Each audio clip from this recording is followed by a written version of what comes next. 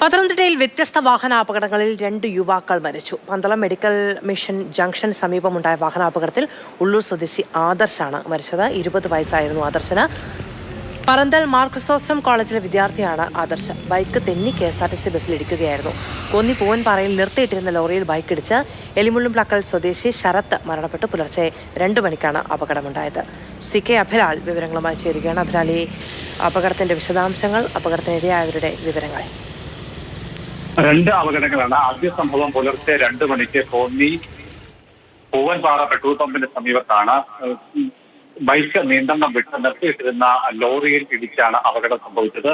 കോന്നി എലിമുണ്ടം പാക്കൽ വാഴമുട്ടം വീട്ടിൽ ശരത് എന്ന 23-കാരനാണ് മരണമടഞ്ഞത്. ഗുരുതരമായി പരിക്കേറ്റ ഇദ്ദേഹത്തെ പ്രദേശവാസികൾ പത്തനംതിട്ട ജനറൽ ആശുപത്രിയിൽ എത്തിച്ചെങ്കിലും ജീവൻ നിലനിർത്താൻ കഴിയാതെ വരികയായിരുന്നു. രണ്ടാമത്തെ സംഭവം 8:45 MC റോഡിൽ പന്തളം മെഡിക്കൽ മിഷൻ ആശുപത്രിക്ക് സമീപത്താണ് ഉണ്ടായത്. വിദ്യാർത്ഥികളായ 2 പേർ യാത്ര ചെയ്ത ഇരുചക്ര വാഹനം നിയന്ത്രണം തെറ്റി KSRTC ബസ്സിന് അടിയിൽപ്പെടുകയായിരുന്നു. ഉള്ളന്നൂർ സ്വദേശിയാണ് ആദർശ് എന്ന അഭിനവ് 20 വയസ്സുകാരനാണ് മരണമടഞ്ഞത്. ഇദ്ദേഹം തന്നെയായിരുന്നു ഇരുചക്ര വാഹനം ഓടിച്ചിരുന്നത്. ഒപ്പമുണ്ടായിരുന്ന ഇദ്ദേഹത്തിൻ്റെ സുഹൃത്ത് ഉള്ളന്നൂർ സ്വദേശി അബീഷിന് സാരമായി പരിക്കേറ്റിട്ടുണ്ട്.